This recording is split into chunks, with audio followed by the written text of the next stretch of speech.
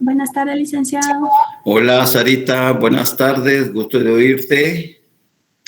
Buenas tardes, licenciado. Buenas tardes, licenciado. Buenas tardes, Pablo. Linda, Gabriela, buenas tardes, ¿cómo les va? Buenas tardes, licenciado. Hola, Verónica, buenas tardes. Chao. Pablo Roberto, Josué, hola, Vania, Rocío, buenas tardes. Buenas Daniela, tardes, licenciado. Helen, hola, buenas tardes, gusto de saludarles. Areli, Pamela, buenas tardes. Denis Turk, buenas tardes. Aisley de la Cruz. Merlin, Madeline, Carlos Humberto Jaramillo, buenas tardes.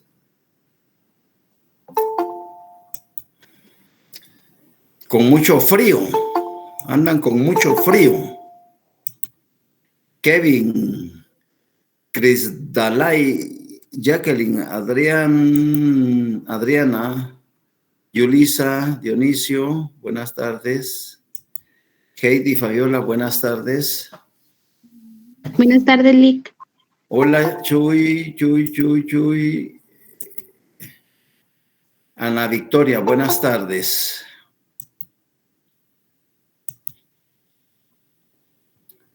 Otra semana más, jóvenes, otra semana más que concluimos, gracias a Dios. Eric Jiménez, muy buenas tardes para ti también.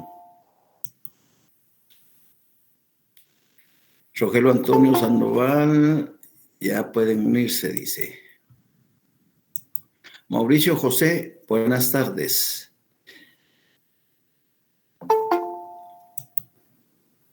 Muy bien, ya pasamos de los 100, qué alegre. Qué alegre que ya pasamos de los 100.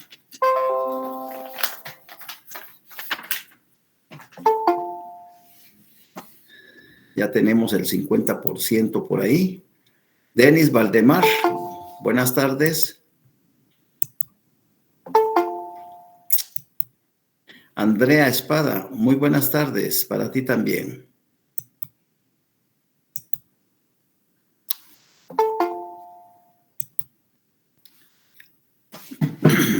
Muy bien. No se olvide de grabar la clase. Sí, muchísimas gracias por el recordatorio, Denis. En este momento vamos a maniobrar ahí la forma de cómo grabar nuestra clase. Te agradezco la recordación. Ahí estamos. Muy bien. Ya estamos con más del 50%. Ya eso ya es agradable.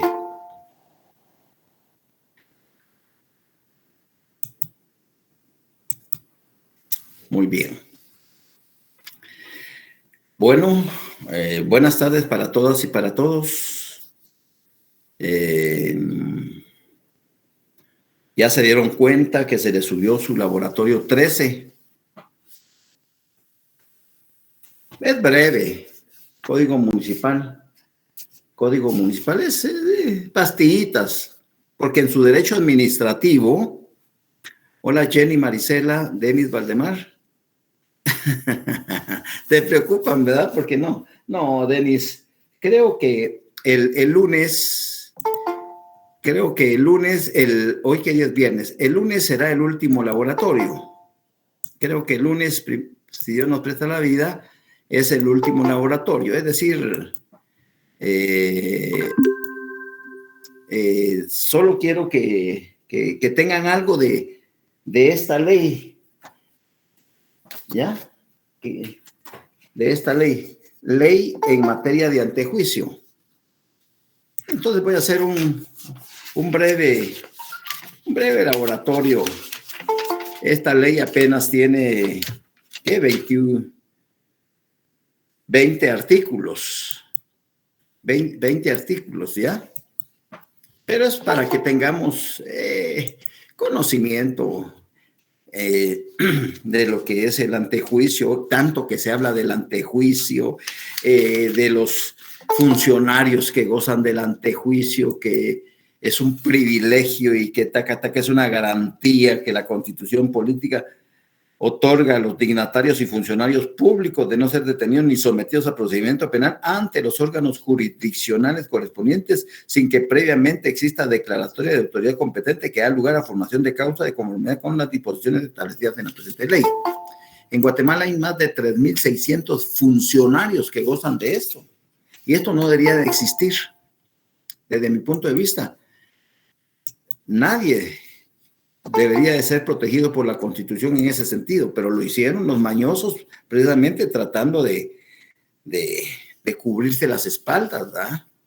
Entonces, vamos, el último, respondiendo concretamente a tu pregunta, quería también agregarles el Registro Nacional de las Personas, el RENAP, pero bueno, ya creo que con 14 laboratorios es más que suficiente. El próximo lunes concluimos en los laboratorios, ya no. Si es que surge algún documento o algún tema que sea de utilidad para ustedes, tengan la completa seguridad que se los subiré, porque es de beneficio para ustedes. Pero mientras, Daniela, yo creo que a 14 laboratorios. Es más, ya les puedo decir que para el segundo parcial, imagínense la fecha que es hoy, 11 de marzo. 11 de marzo, y ya les estoy dando el material para la evaluación del segundo parcial. Con excepción del laboratorio 14, que todavía no se les ha subido, hasta el laboratorio 13 será objeto de evaluación. Y las clases que estemos desarrollando hasta que nos vayamos a vacaciones. Los parciales son después de la Semana Santa. Es entrando el primer lunes, después del domingo de Ramos, de resurrección, del domingo. El lunes ya entramos a examinarnos según el calendario, pero ahorita me acaban de informar que acaban de modificar los calendarios de la segunda recuperación, que ya me estaba informando la coordinadora, que no toman en cuenta eso. Licenciada, buenos días. A todos les comento que Junta Directiva aprobó ayer la recalendarización de exámenes de recuperación para que los mismos inicien a partir del día lunes 4 de abril. En breves momentos les estaré haciendo llegar la publicación. Claro, la ponen en la semana de elecciones para rector. Esa semana la misma ley prohíbe que hayan exámenes de ninguna naturaleza. Esa semana 23, 24, 25 no deben existir exámenes, pero yo no sé qué les pasa. Yo no sé qué les pasa a las autoridades que les vale madre, no conocen la legislación o qué sé yo. Entonces ahora se trasladaron a partir del 4 de abril, ¿ya? No, mijo, no, Freddy, no. Lo que pasa es que desconocen estos eventos electorales que son cada 4 años. Y la secretaria, pues es nueva, viene del año pasado trabajando, entonces no le ha tocado un evento dentro de un evento a rector, que es una palabra mayor. Entonces ellos saben que yo, porque tengo 41 años y 7 meses y 8 días de estar dando clases, ¿ya? Entonces algo he aprendido en la práctica, pero deberían de preguntarle a las personas que saben, ¿verdad? Y para eso, que lean, pues, es que no leen. Si ahí está claro. Ahí en la convocatoria a elecciones de rector, a los cuerpos de rector, tanto para profesores, tanto para profesionales de los colegios, como para los estudiantes, ahí en la convocatoria están.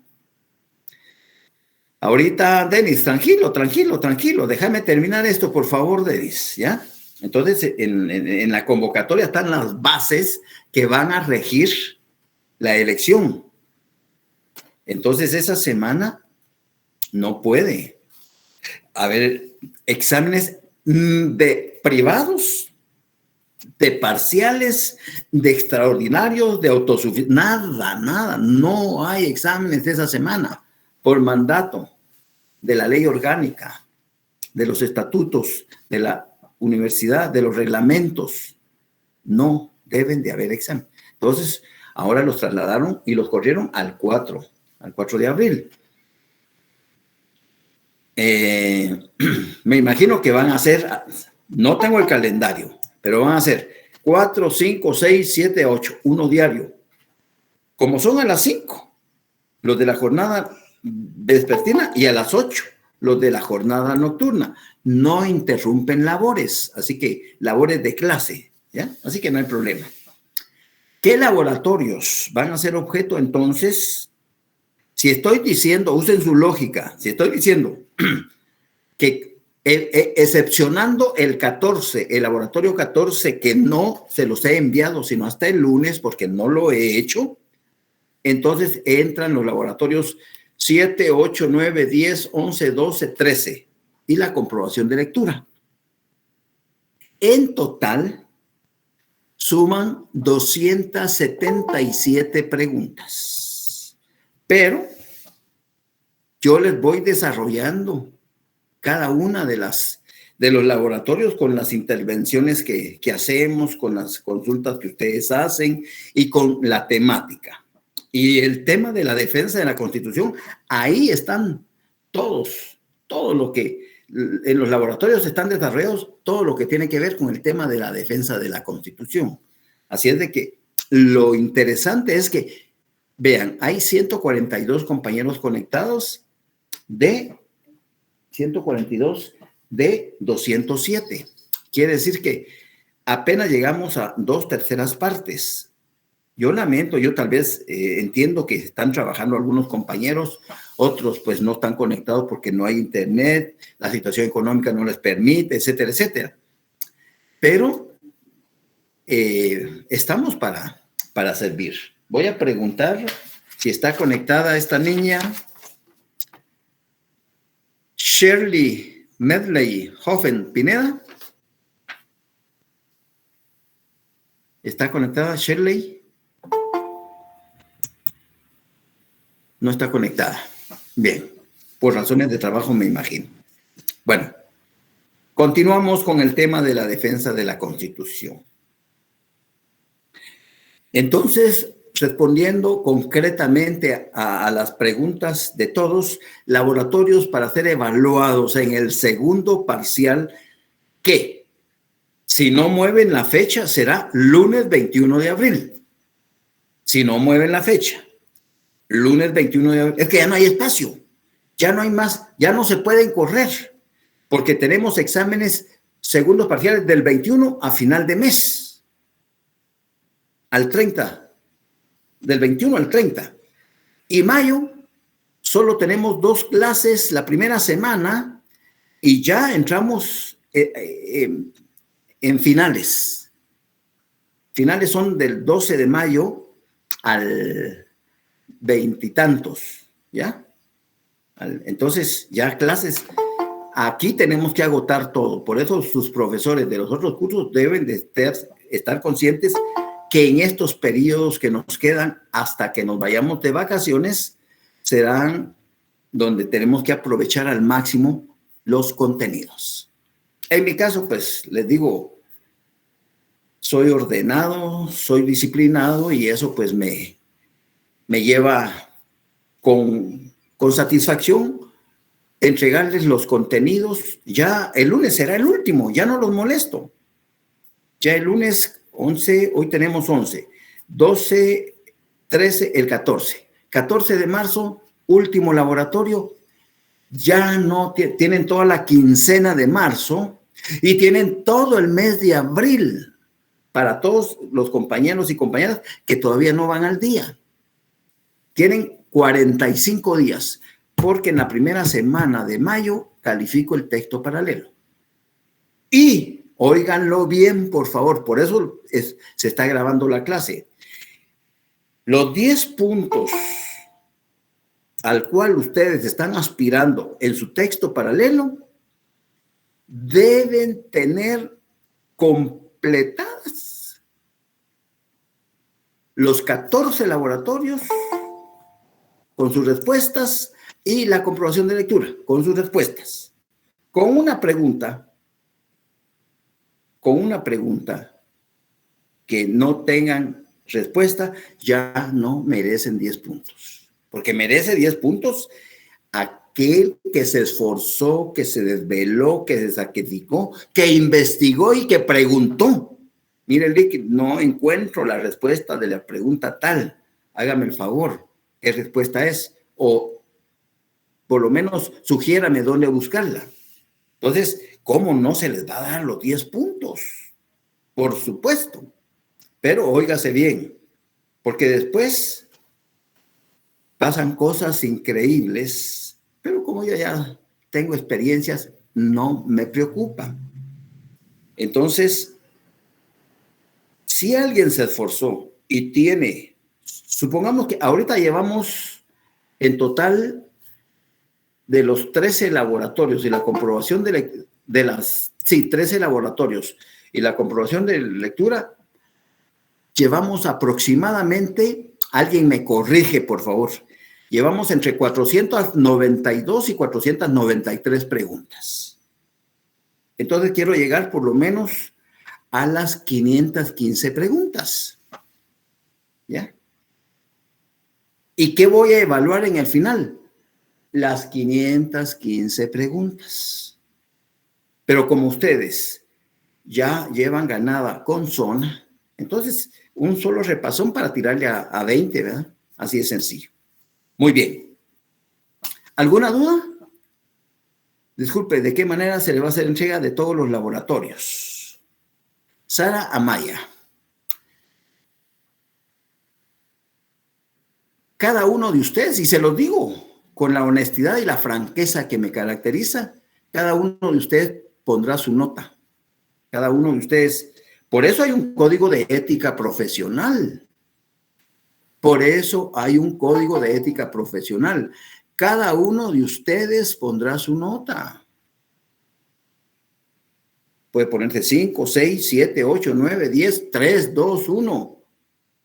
Si no lo hizo, pues no hay problema. Yo, este servidor, el derecho que tiene es a revisar todos aquellos textos paralelos por videollamada que se ponen 9 y 10 puntos. Ahí sí voy llamando a uno por uno, revisando. Mira, ¿qué respuesta tenés en el laboratorio 5? Pregunta 20. Y en el 6, la 3. Y en el 7, la 9. Y así voy salteando. Y se llevan tremenda sorpresa. ¿Ya? Paulo René, dime. Licenciado, buenas tardes. Y si en dado caso, pues no tenemos la pregunta correcta, pero sí tenemos una...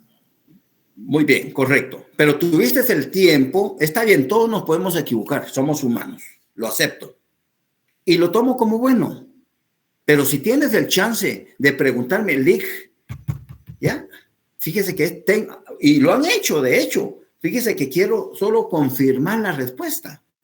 Y lo han hecho. Entonces, lógico, como me estás enseñando, enséñame la pregunta y quiero ver la respuesta. De un color la pregunta, de otro color la respuesta. ¿Y qué pasa? Que alguien se puso 9 o se puso 10, pero hizo el texto paralelo en la computadora. En digital. Yo no pedí digital.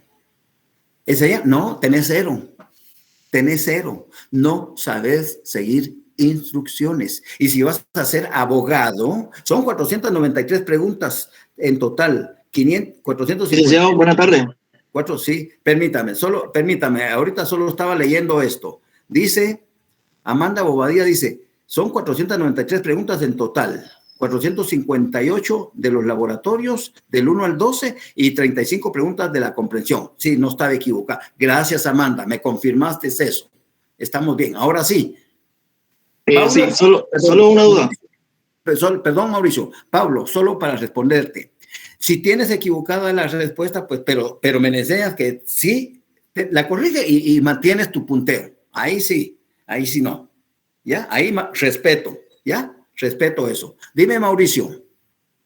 Fíjese que en mi caso, yo lo que hacía es que escribía primero la pregunta y dejaba el espacio para la respuesta, ¿verdad?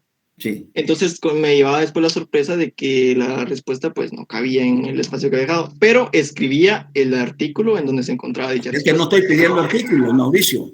Mauricio, no estoy pidiendo artículos. ¿En qué? Es raro cuando fundamente, pero si me pones un artículo, esa no es respuesta. Eso no es respuesta. Cuando dice fundamente, bueno, aparte de la respuesta, el artículo 15, el 20, de no sé qué. Pero si solo me pones un artículo, esa no es respuesta. Te lo aclaro. Sí, yo le decía porque en el laboratorio 10, si no estoy mal, hay una en las que debemos de decir atribuciones de ciertos órganos. Sí. Y entonces yo escribí, como no cabían todos, escribí cierta parte y lo después que estaba en el artículo. Pero creo que de ser así, entonces lo voy a cambiar. Gracias. Por favor, estás a tiempo todavía. Estás a tiempo, ¿ya? Sí, es que es de la ley electoral y de partidos políticos. Sí, es muy importante esa ley. La vamos a ver el próximo brevemente, pero sí es importante. ¿Alguna otra duda aprovechando que estamos en ese esclarecimiento de la verdad histórica del texto? Leslie, por favor. Buenas tardes, licenciado. Disculpe una pregunta. Yo con mis laboratorios pues iba al día y los iba haciendo, y cuando usted subió la comprensión de lectura, pues yo la hice justo después del laboratorio porque pensé que habían terminado los laboratorios. No, mija, está bien. Eso, el orden de colocación de los factores no altera el producto. Bueno, gracias. No, excelente. Es que no podía dejarlas de último porque tú vas al día. Entonces vas trabajando conforme se van subiendo. No, excelente. Bueno, perfecto. Sí, porque después ya continué con los demás laboratorios. Sí, mija, no hay problema. Gracias. ¿Alguna otra duda? ¿Cómo no les voy a dar 10 puntos a alguien que se esforzó? ¿Cómo? Para mí es mucho gusto. Se puede dejar la comprobación de la lectura de último. Mira, es tu texto paralelo, es como que si fuera tu diario. Tú lo manejas como mejor te convenga. Así que no hay problema. Es que vean. No es ánimo de hacerlos trabajar así por así. Señores, yo sé lo que hago. Yo los estoy preparando para su examen técnico profesional en el área pública. Si Dios nos presta la vida y seguimos el otro semestre con procesar, señores, hacemos otro texto parecido al que estamos trabajando y son otras 610 preguntas sobre amparos, exhibiciones personales e inconstitucionalidades de leyes. Señores, ustedes hacen un libro que tiene 1100, 1200 y a la hora de estudiar, comiencen por ahí. Ay Dios, ya llevan el 50% de su examen técnico profesional. El otro 25% sería el manejo de leyes. Tenerlas ubicadas, la Constitución, los códigos, los procesales, ubicados, cabal. Y el otro 25%, el lenguaje jurídico, sus ademanes, su convicción, su forma de expresarse, la vocalización, etcétera. Pero si ahora pues ya no se examinan, yo ya tengo como 8 años de no examinar, pero yo examinaba notariado. Y entonces cuando decime, por decir algo, llega a tu oficina un usuario, yo soy el usuario, pues fíjese, Lick, que mire la edad que tengo, ya tengo 70 años y en la noche ya me agarra el temblereque y pienso que ya no voy a amanecer. Y fíjese que soy viudo, pues hace 10 años que falleció mi compañera de hogar y procreamos 2 hijos, un hombrecito y una mujer. Ya son grandes, son profesionales. Uno está en España estudiando un doctorado, no sé qué cosas, y la otra está en México sacando una maestría. Y tengo 2 casas. que en el primer nivel tienen locales comerciales y en el segundo pues tienen 2 apartamentos cada inmueble. Entonces, yo no vaya a ser, Lick, no vaya a ser que una de estas noches no amanezca y no quiero líos entre los patojos. Entonces decidí que la casa de la zona 7 que sea para mi hijo y la casa de la zona 11 que sea para mi hija. ¿Qué me aconseja hacer, Lick? Ya les tiraba el problema. Miren todos los 5 minutos que me tardé para darle todas las explicaciones y todo. Y tú, en ese caso, estás nervioso, por supuesto, estás nervioso. Lick, pues yo le sugiero un testamento. Un testamento. ¿Y qué es el testamento?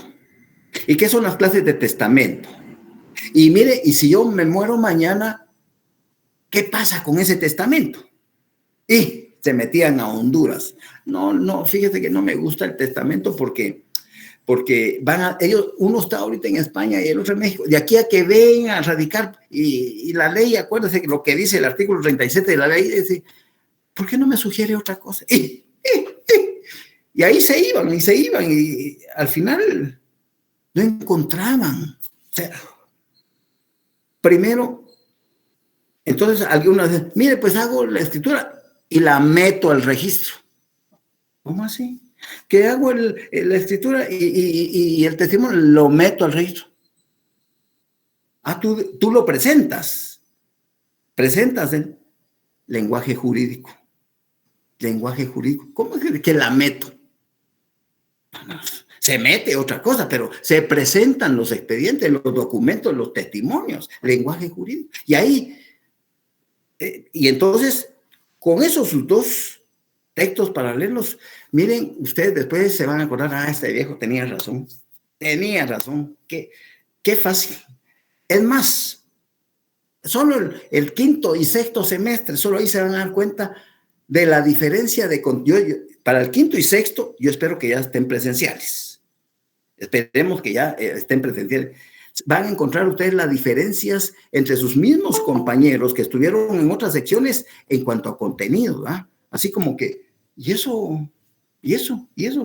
¿Por qué? No lo vieron, ¿verdad? Y este tampoco, y este.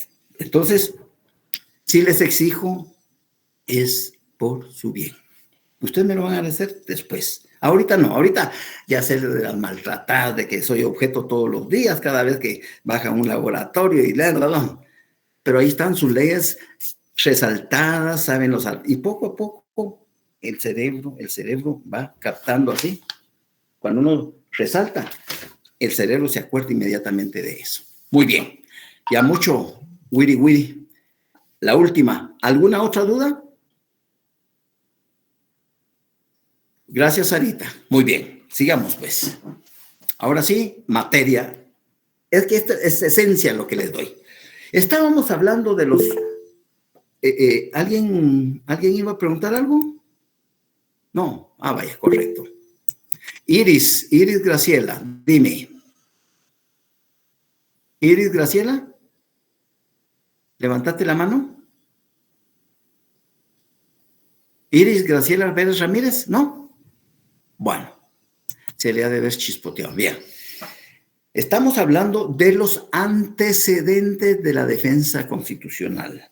Ya según su comprobación de lectura, dimos la respuesta dejando antecedentes que podrían llevarse a Grecia y Roma. La idea de la defensa constitucional se inicia en el liberalismo francés, cuyo centro puede fijarse provisionalmente en la Revolución Francesa. 3. ¿Cuáles son los antecedentes más próximos relacionados con la defensa de la Constitución?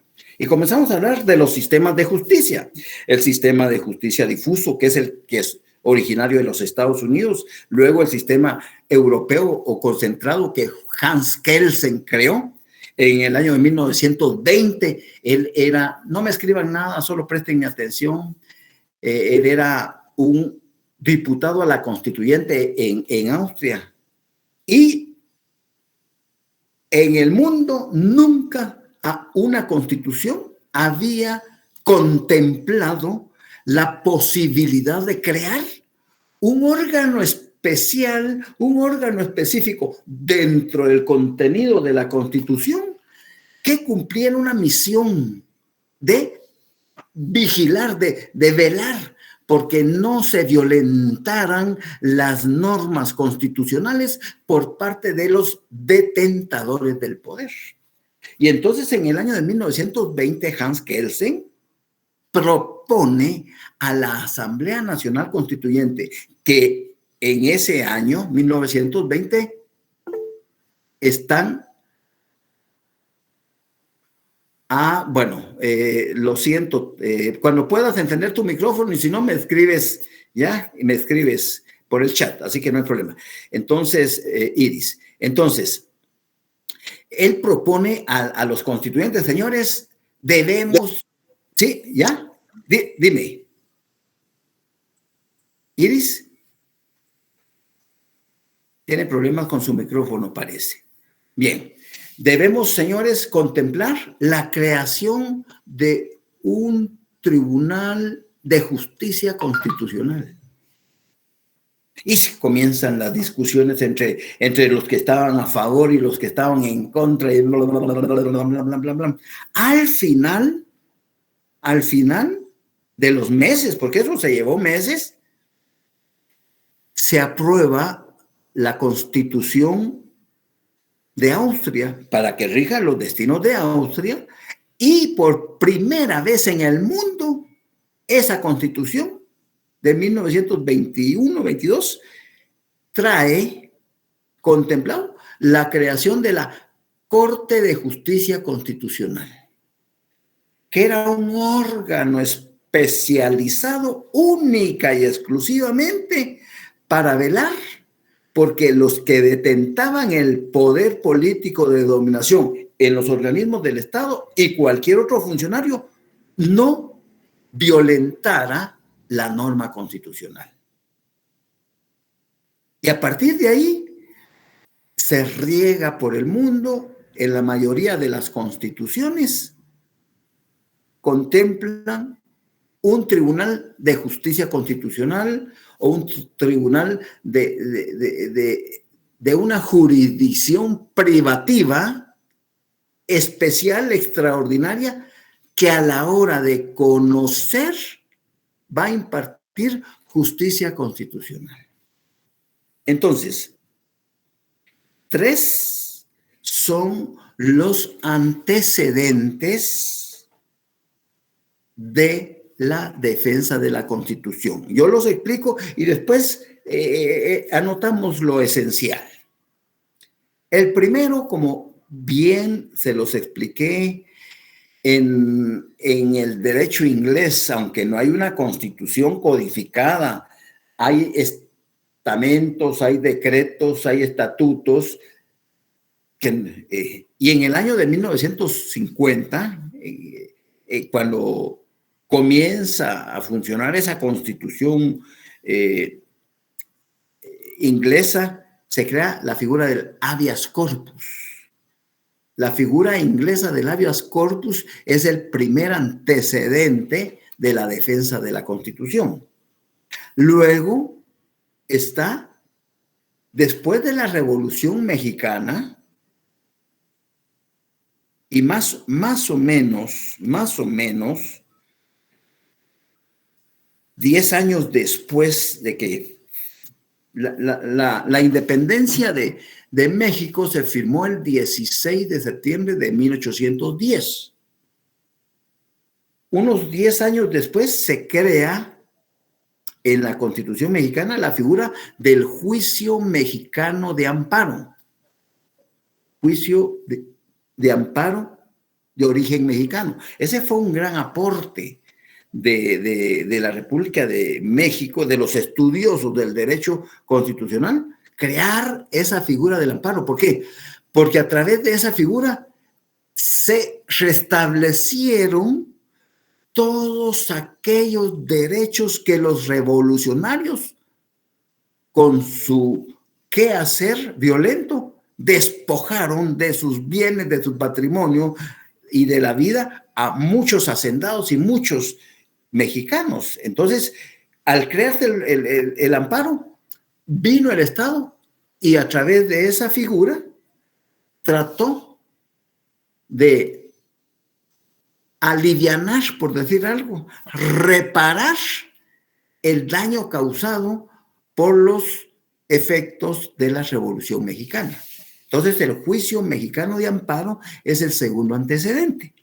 Y el tercer antecedente, como les decía, surgió en la propuesta de Hans Kelsen en el año de 1920 en Austria, cuando propone a los constituyentes que se contemplara un apartado especial en esa constitución de la creación de un tribunal de justicia constitucional.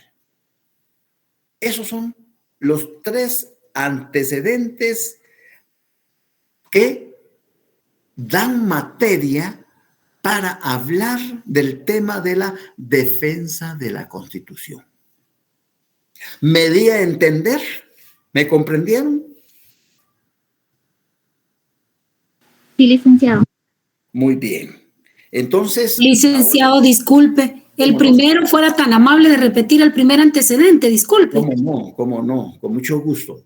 El primer antecedente, acuérdense ustedes que cuando hablamos de los sistemas de justicia constitucional, la clase anterior, pues el sistema difuso se origina en los Estados Unidos y se traslada hacia Inglaterra, pero ya, eso fue más o menos cuando se firma la Constitución de los Estados Unidos en 1889. Pero ya en el año 1250, estaba en Inglaterra gobernando un rey que le denominaron Juan Sin Tierra. Y en esa época, Europa era solo confrontaciones. Acuérdense las batallas campales de aquellas películas cuando éramos niños de Guillermo Tell, de aquel que sacó la espada, ¿cómo se llama? De la roca, se me fue el nombre. ¿El rey Arturo? El rey Arturo, la leyenda del rey Arturo, muchas gracias. Europa en constantes luchas. Y en el año de 1250, el rey Juan Sin Tierra crea a través de su consejo de ministros, o sea, sus más cercanos, la figura del habeas corpus, que significa habeas, enseñar el cuerpo. Le daban la oportunidad a todos los perdedores de las confrontaciones, a todos los que eran vencidos y que caían en la calidad de esclavos, que si eran objeto de vejámenes y de malos tratos, ellos podían quejarse con los representantes de la monarquía y enseñar el cuerpo para mostrarles. Entonces castigaban a los que infringían esos daños al cuerpo, ese maltrato al cuerpo, y entonces se les trasladaba a otros lugares, porque en ese entonces, imagínense, estamos en la Edad Media, 1250, ahí reinaba el poder de la iglesia, era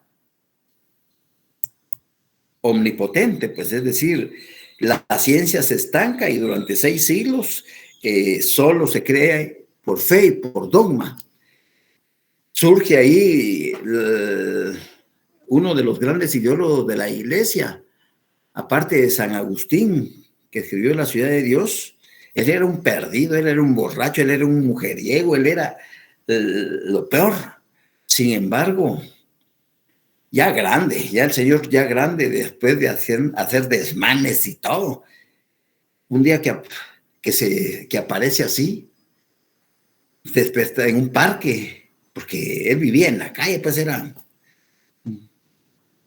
ya era un perdido, pues, y encuentra una Biblia abierta allí en la banca donde él estaba, y comienza a leerla, y ahí comienza su conversión,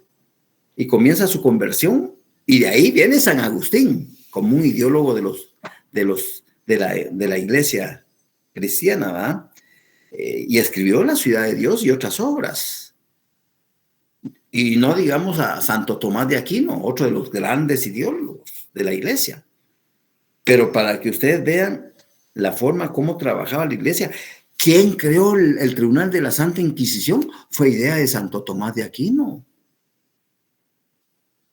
Eso de la hoguera, eso de a los herejes ponerles un tubo en la boca y hacerlos tragar hierro candente, porque no creían en la religión cristiana, el descuartizar las ruedas aquellas donde los amarraban así, daban vuelta y los desmembraban de las 4 extremidades. O sea, castigos así gruesos, inventados por Santo Tomás de Aquino. Yo soy católico, ¿verdad?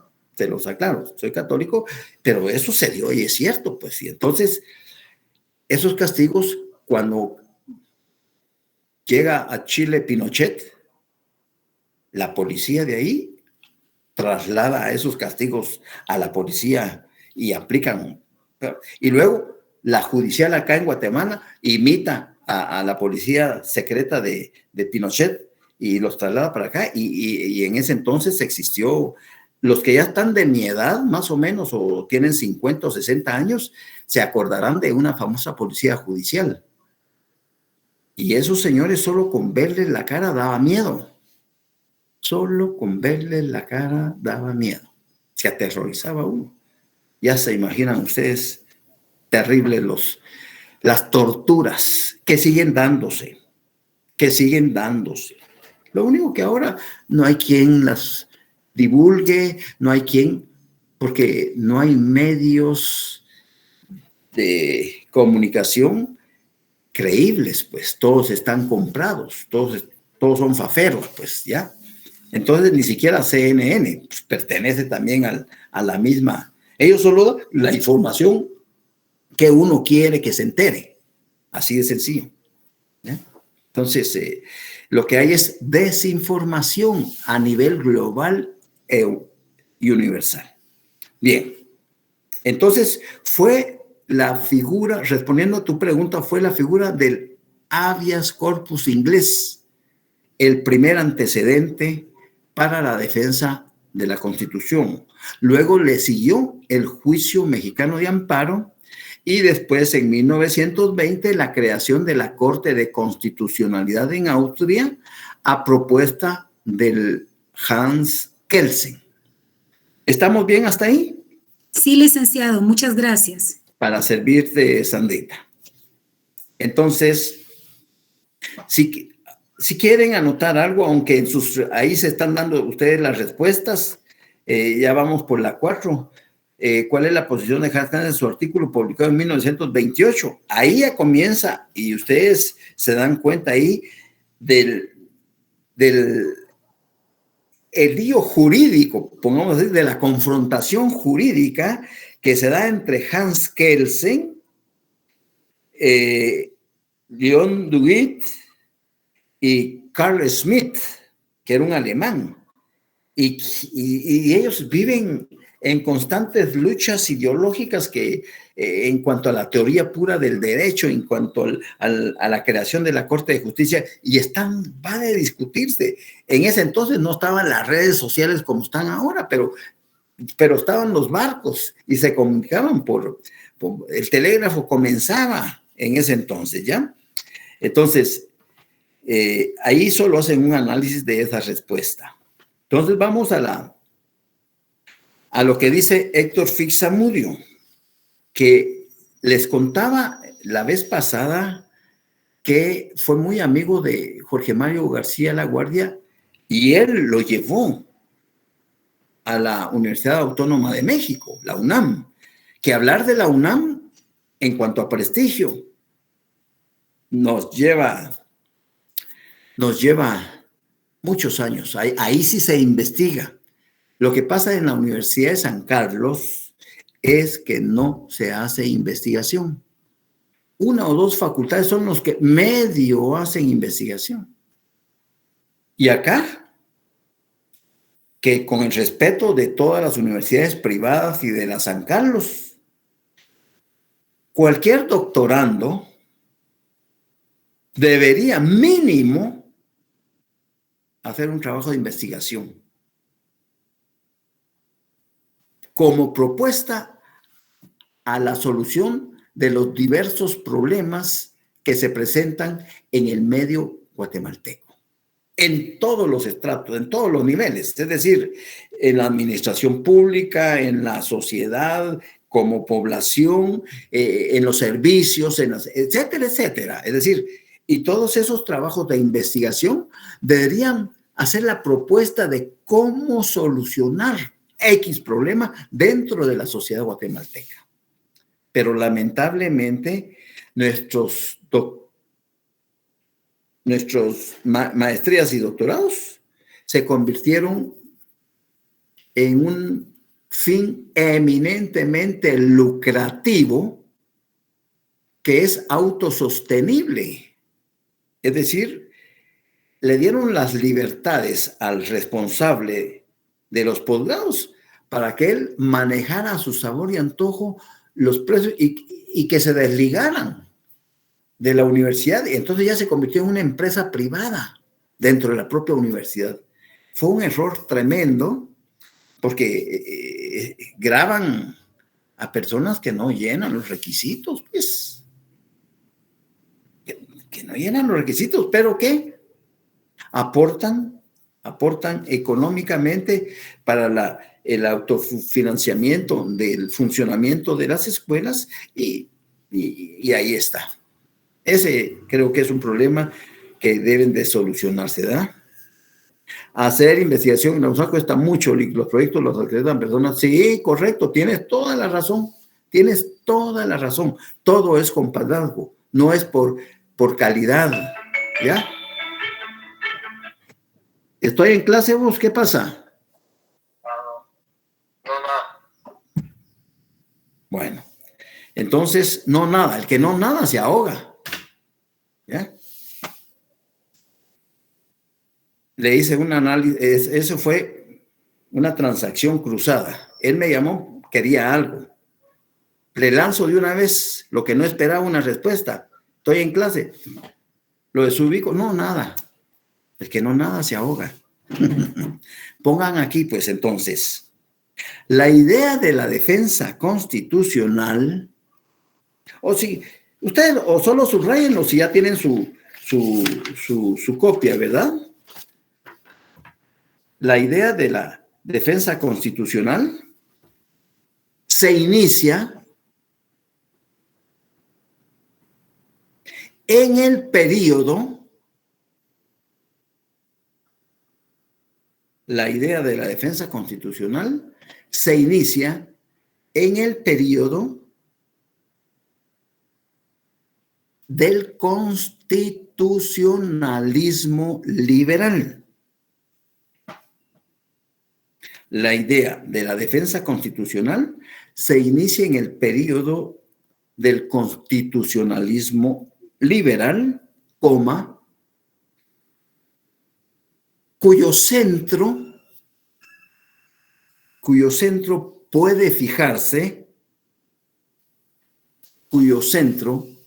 puede fijarse provisionalmente en la Revolución Francesa. Repito, la idea de la defensa constitucional se inicia en el periodo del constitucionalismo liberal, cuyo centro puede fijarse provisionalmente en la Revolución Francesa. Sus antecedentes son dos puntos.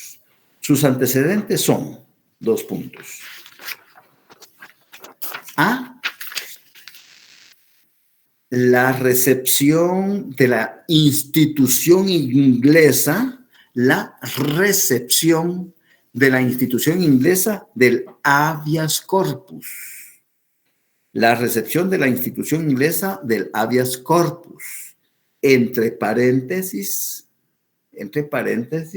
pueden poner año 1250, aproximadamente, pero por ahí dice la historia, año 1250.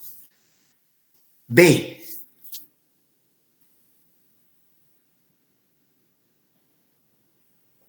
La configuración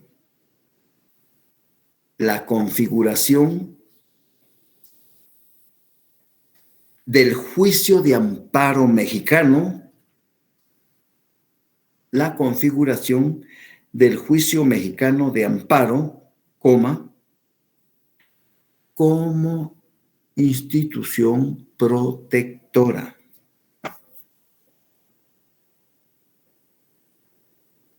La configuración del juicio de amparo mexicano como institución protectora. Y C, en 1920,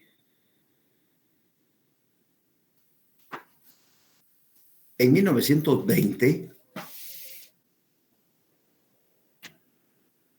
la Constitución austríaca,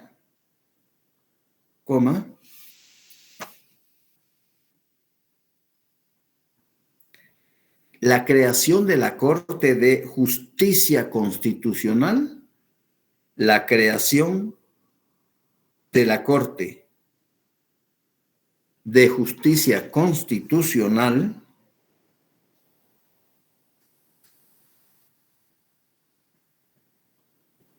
como sistema concentrado, subrayen eso, como sistema concentrado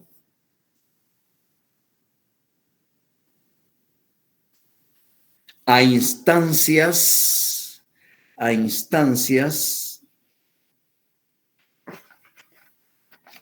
del tratadista Hans Kelsen, a instancias del tratadista Hans Kelsen.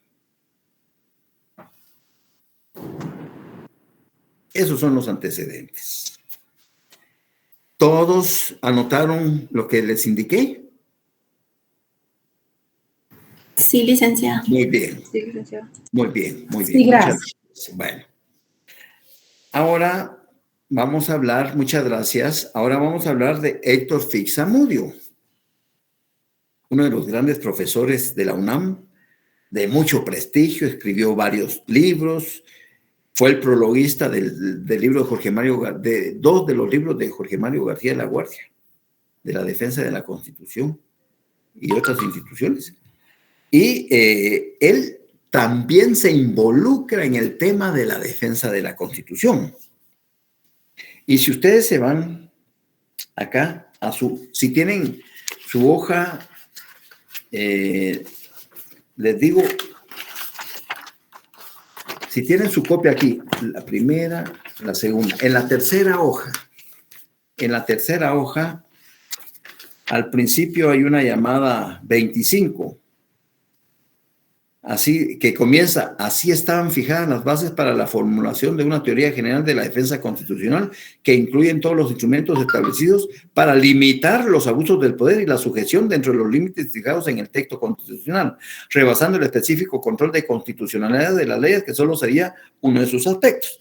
Entonces, aquí vamos a hablar de Héctor Fix Zamudio. Él, al hablar del tema de la defensa de la Constitución, indica, ahí mismo lo tienen, dice, la defensa de la Constitución, si tienen sus copias, si tienen resaltador, subrayenlo por favor.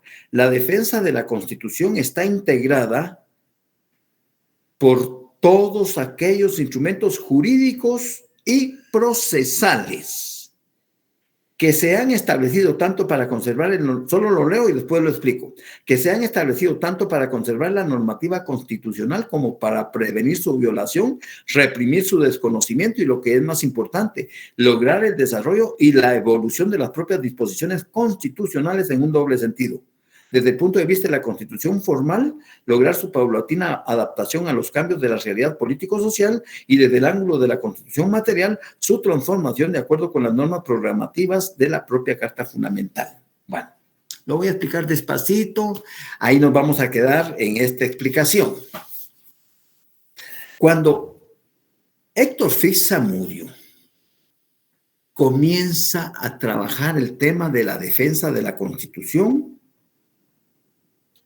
él claramente indica que la idea de la defensa de la Constitución está integrada, ojo, y esto es importante, por todos aquellos instrumentos jurídicos y procesales, punto. Esa es la esencia, la clave. Por la defensa de la Constitución está integrada por todos aquellos instrumentos jurídicos y procesales. Yo hago la división. Todos aquellos instrumentos jurídicos y procesales.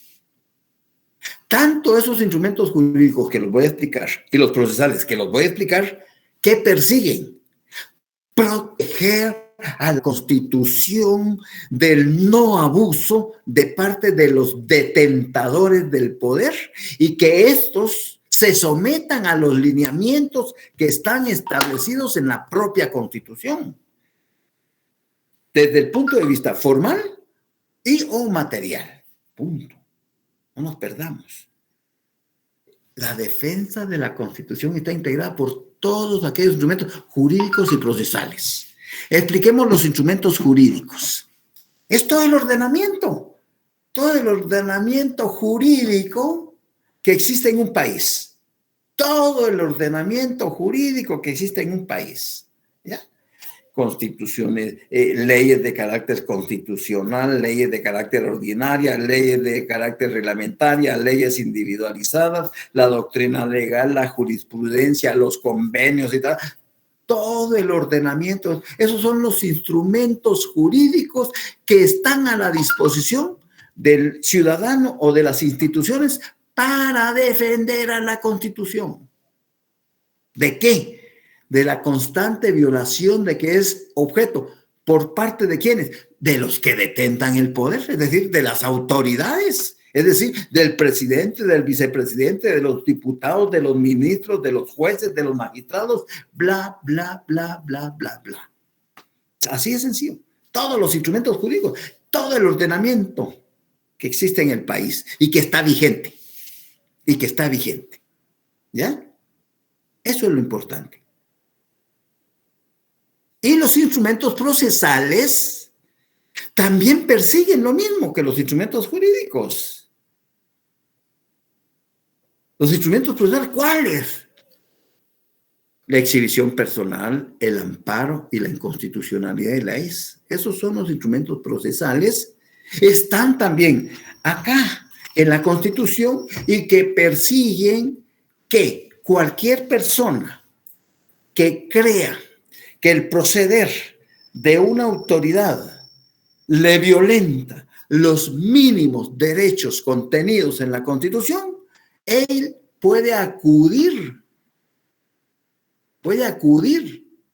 a los órganos jurisdiccionales competentes a que se vean restablecidos sus derechos constitucionales. Puede ser en la iniciativa privada que se violenten derechos. Cuando retienen a ciertos empleados y no les quieren pagar sus prestaciones y los asustan y los hacen firmar un documento porque no los van a meter presos y les llega un abogado que se presta para eso y les pone la cabezota y el otro sí, tiene que verse obligado a firmar después de 15, 20, 25 años. ¿Ya? Por no pagarle sus prestaciones que en derecho corresponden. Terrible, pero se da. Entonces, ¿qué pretende el ciudadano común y corriente? ¿Qué pretenden las instituciones de derecho público o de derecho privado? Que sea respetada la norma constitucional. Pero ¿qué pasa en Guatemala y en cualquier país del mundo? Que son las propias autoridades las que dan el ejemplo para violentar la norma constitucional. Así es sencillo. Entonces, hay un desamparo total, hay un desamparo absoluto. Fíjate eso, esa iniciativa 5272. No había necesidad de crear esa ley. Si la misma Constitución en su artículo 1 y 2, en su preámbulo, el sentir filosófico, dice, con el fin de organizar jurídica y políticamente, afirmando la primacía de la persona humana como sujeto y fin del orden social, reconociendo a la familia como génesis primario y fundamental de los valores espirituales y morales de la sociedad, y al Estado como responsable de la promoción del bien común, de la consolidación del régimen de legalidad, seguridad, justicia, igualdad, libertad y paz, inspirados. O sea, no había necesidad, muchachos. Eso es solo estarse luciendo para la próxima campaña, próxima convocatoria electoral, y que miren, fui el que propuse, fuimos los que propusimos la ley, no había necesidad. Si el artículo 78 claramente establece,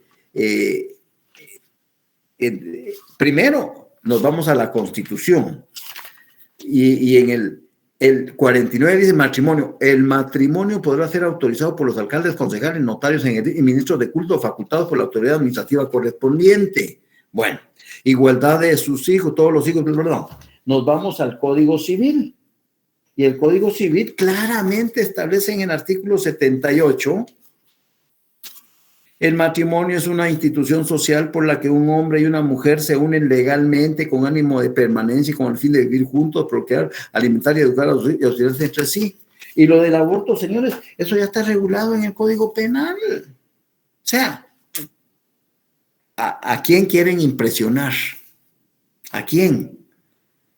Ya, claro, el mensaje va dirigido, ya sabemos a quiénes, ¿ya?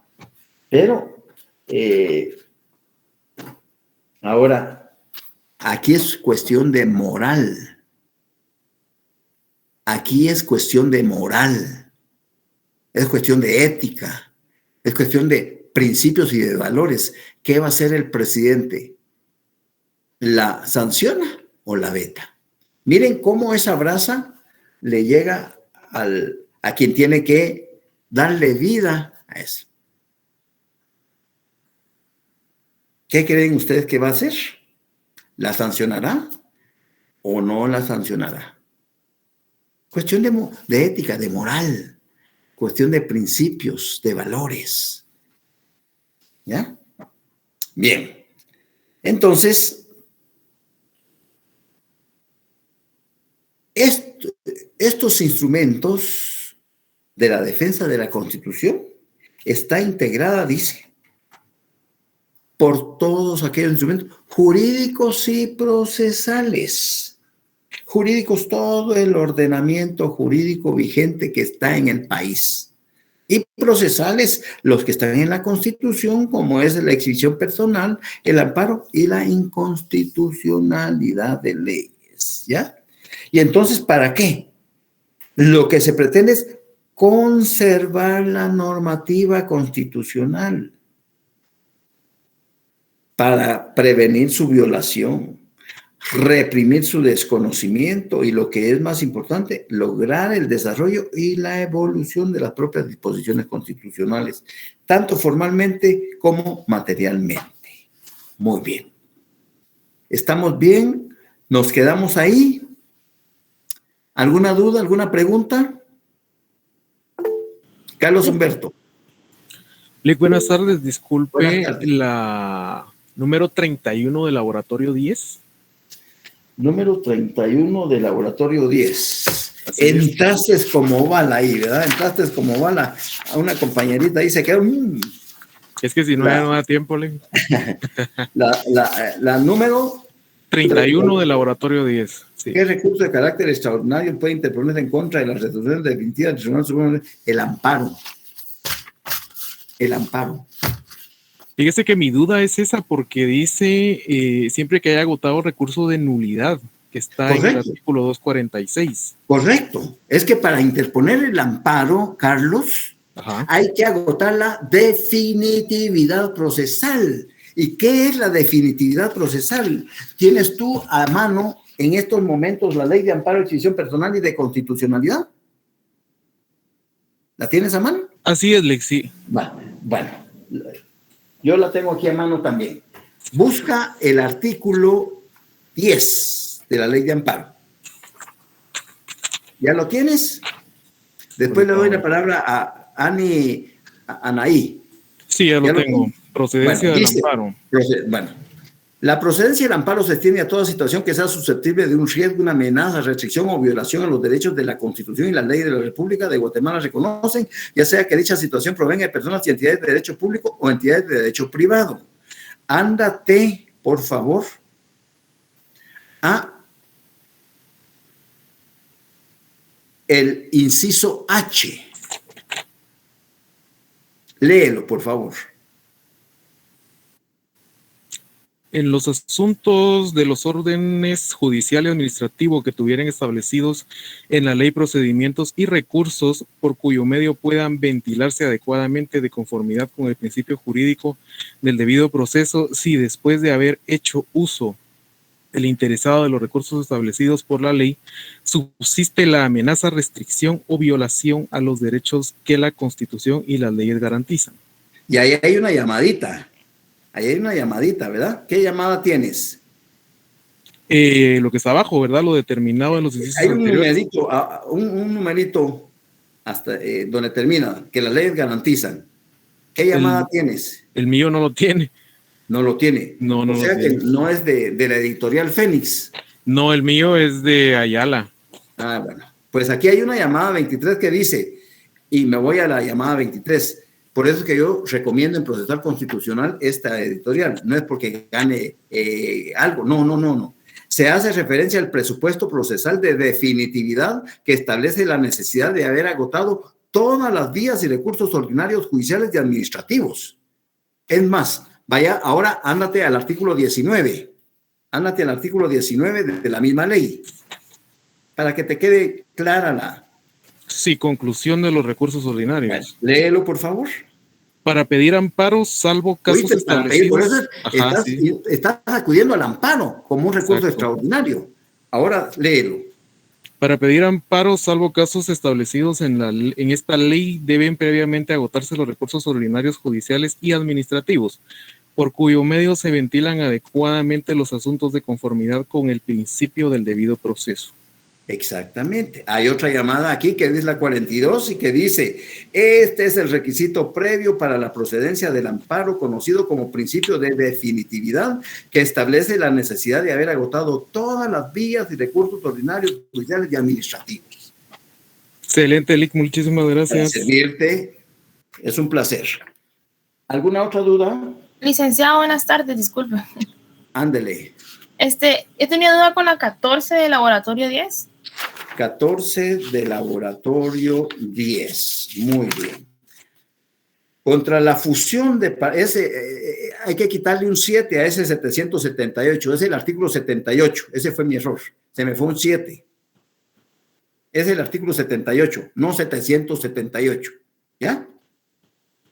Contra la fusión de partidos políticos solamente cabe oposición por el incumplimiento de las formalidades que señala el artículo 78 de la ley electoral de partidos políticos. ¿Quiénes podrán oponerse a dicha fusión? Entonces te vas a tu ley electoral y de partidos políticos, buscas el artículo 78 y en el artículo 78 claramente te dice aquí, aprobación de la fusión. La fusión debe ser aprobada previamente por las asambleas nacionales de cada uno de los partidos políticos participantes con el voto favorable de más del 60% de los delegados inscritos y acreditados en cada asamblea nacional. Esa es tu respuesta. Muy bien, muchas gracias, licenciado.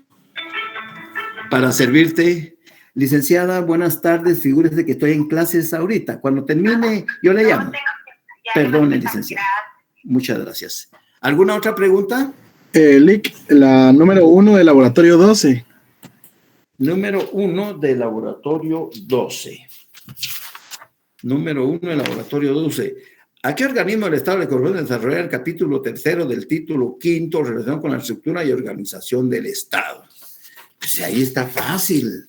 Tú lo único que tienes que irte a tu Constitución, ver el capítulo 3, ver el capítulo 2, aquí está el capítulo 3,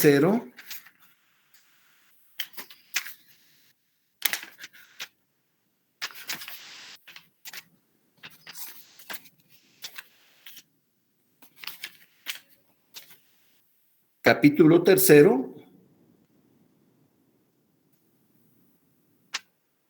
ya se lo robaron, capítulo 4, déjenme ver, capítulo 3, aquí está, organismo ejecutivo. ¿A qué organismo del Estado le corresponde desarrollar el capítulo 3 del título 5? El título 5 se inicia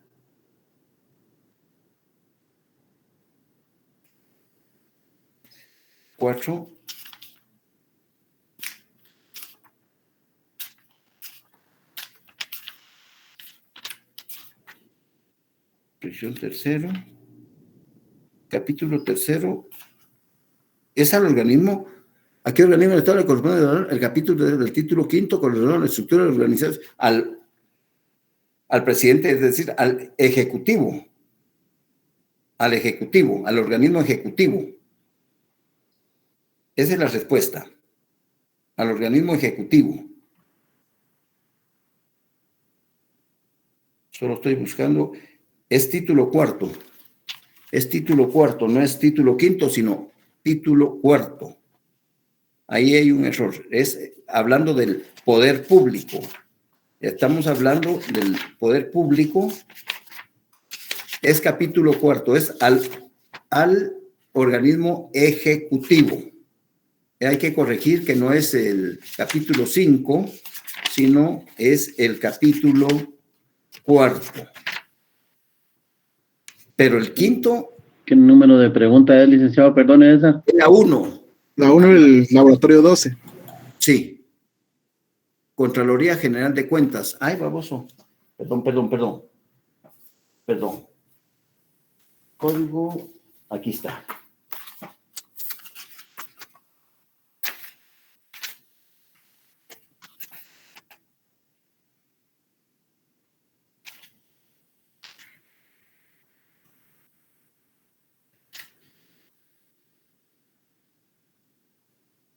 Es al organismo ejecutivo.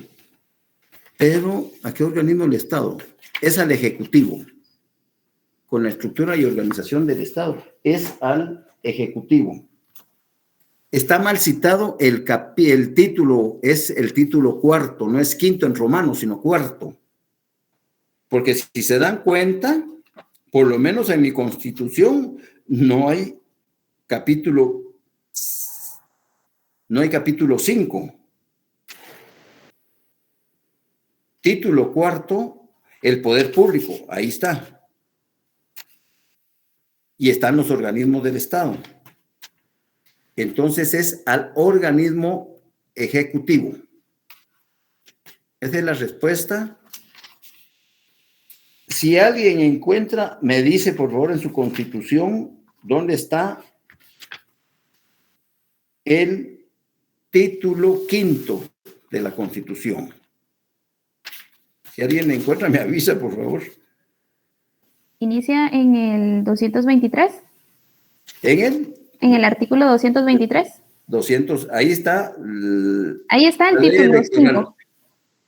223. Entonces, 223. Ah, sí, no lo veía. Gracias. Pero ahora veamos el capítulo 3. Régimen de Contraloría General de Cuentas, el artículo la Contraloría General de Cuentas. Artículo 232. Correcto. Entonces es la Contraloría General de Cuentas. ¿A qué organismo del Estado le corresponde desarrollar el capítulo?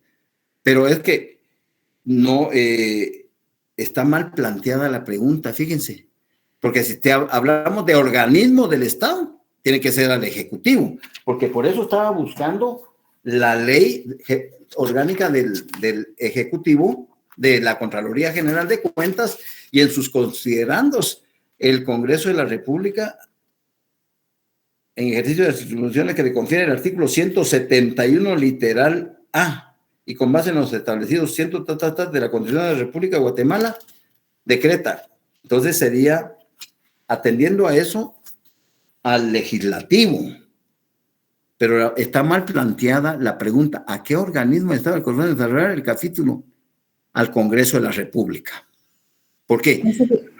Porque la respuesta es la ley orgánica de la Contraloría General de Cuentas. Y recuérdense que todas las leyes orgánicas son desarrolladas por el Congreso de la República. Ahí está. Esa es la respuesta. Al Congreso de la República. ¿Por qué? Porque el Congreso de la República es el encargado de desarrollar todas las leyes orgánicas, es decir, todas las leyes de carácter ordinario que están vigentes en el país. Entonces, la respuesta sería, si es al organismo del Estado, sería al organismo legislativo. El organismo legislativo crea la ley orgánica de la Contraloría de Cuentas. Te corrijo entonces que la respuesta es la del organismo legislativo. ¿Oíste? Sí sería título quinto entonces, ¿verdad, licenciado? Sí, estamos bien. Es que había interpretado mal, pero es la pregunta es ¿a qué organismo le corresponde saber? Pues al legislativo. ¿Y qué hace en ese capítulo tercero del título quinto? Desarrollar la ley orgánica de la Contraloría General de Cuentas. Ahí está la respuesta. Gracias por la aclaración. Licenciado, disculpe, yo tengo otra pregunta. Dime. La 28 del laboratorio 12. La 28 del laboratorio 12. Este departamento tiene como función principal garantizar el derecho de acceso a la información pública generada en la Contraloría. ¿Alguien tiene la respuesta? Aquí es directamente en la Contraloría en la ley de la Contraloría de Cuentas. ¿Alguien tiene la respuesta? Yo puse artículo 16 del reglamento de la Ley Orgánica de la Contraloría General. Artículo 16. Gracias. Vayámonos al reglamento.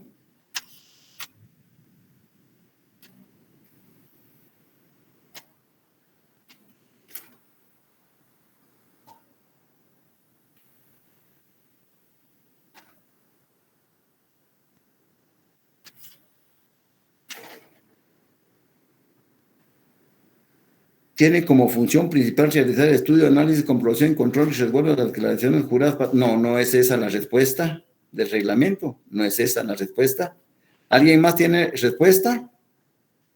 Licenciado, fíjese que sí aparece en ese reglamento, pero del año 2017, porque el del 2019 ya no aparece en el artículo 16. Correcto. ¿Y en qué artículo aparece? En el del 2017, artículo 16. En el 2019 no encontré nada, fíjese. Bueno, ¿qué pregunta es? La 28 del laboratorio 12. La 28 del laboratorio, esta tiene como función principal garantía del derecho de acceso a la información pública generada en la Contraloría. Bueno, vamos a ver si está actualizado con el nuevo reglamento.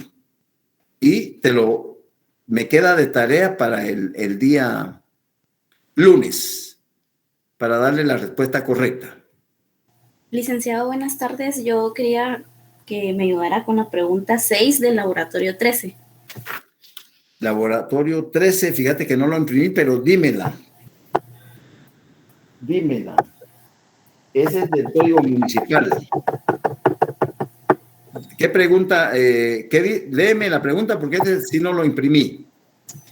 La pregunta dice qué nombre recibe las asociaciones formadas por las municipalidades. ANAM. La ANAM. Gracias. Asociación Nacional de Municipalidades. Muy bien.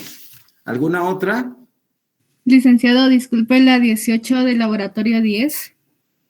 La 18 del laboratorio 10. Únicamente a qué entidad le corresponde declarar la suspensión o cancelación de un partido político. Únicamente. ¿Alguien tiene la respuesta? Yo escribí registro de ciudadanos, pero no sé si está. El registro de ciudadanos, ¿verdad? ¿Qué artículo es? 94, licenciado. Muchísimas gracias. Licenciado. 94, sí, ahí está. Registro de ciudadanos podrá declarar la suspensión o cancelación de un partido político. Muchas gracias. Se ve que lo llevan al día. ¿Alguien más? La 29 y 30, LIC, de la 12. 29 y 30 de la 12. Exacto. ¿A quién le corresponde emitir el reglamento de la Ley Orgánica de la Contraloría de Cuentas? ¿Qué respuesta tiene? Presidente de la República. Al presidente de la República. Muy bien. El acuerdo gubernativo número 96-2000 emitido el 4, ¿qué contiene? Reglamento de la Ley Orgánica de la Contraloría. Reglamento. Correcto. Muchas gracias. Ahí está. Perfecto. ¿Alguna otra? ¿La última?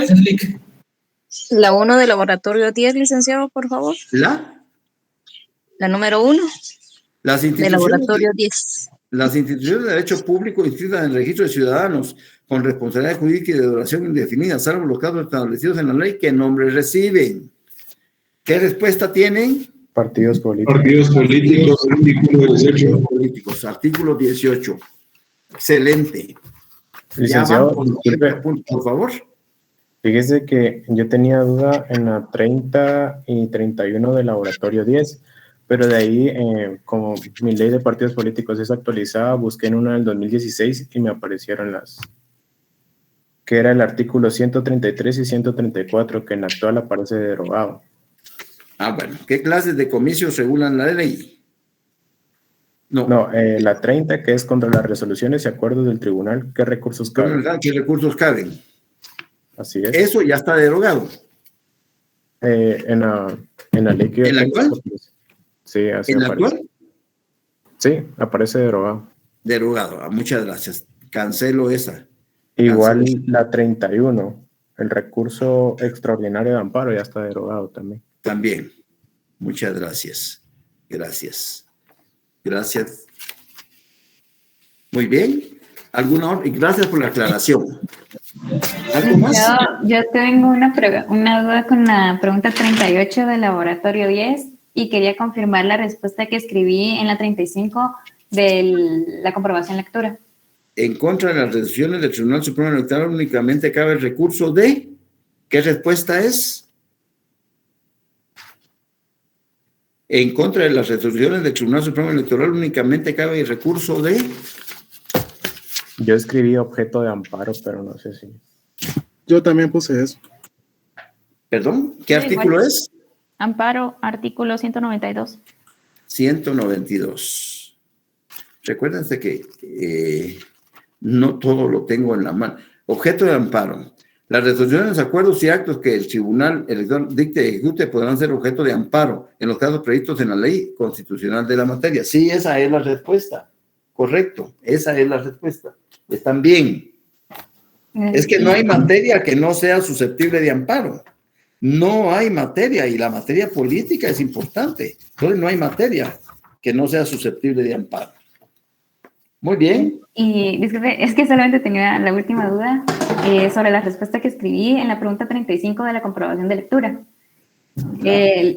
La pregunta es, ¿la aplicación de la justicia constitucional qué instituciones comprende? Según la Constitución Política de la República de Guatemala. Entonces, mi respuesta fue la Corte de Constitucionalidad y Comisión y Procurador de Derechos Humanos. No, mija linda. La aplicación de la justicia constitucional, ¿qué instituciones comprende? La exhibición personal, el amparo y la inconstitucionalidad de leyes. Ok, gracias. Vaya. Bueno. Feliz fin de semana. Nos vemos el día lunes, Dios mediante. Vuelvo a preguntar por la compañerita, si es que Shirley Medley Hoffen Pineda. No, cuestiones de trabajo de plano que no. Bueno. Feliz tarde, Lic. Buenas tardes, un abrazo. Bendiciones, Lic. Buena tarde. Buenas Feliz tardes. tarde, Lic. Adiós.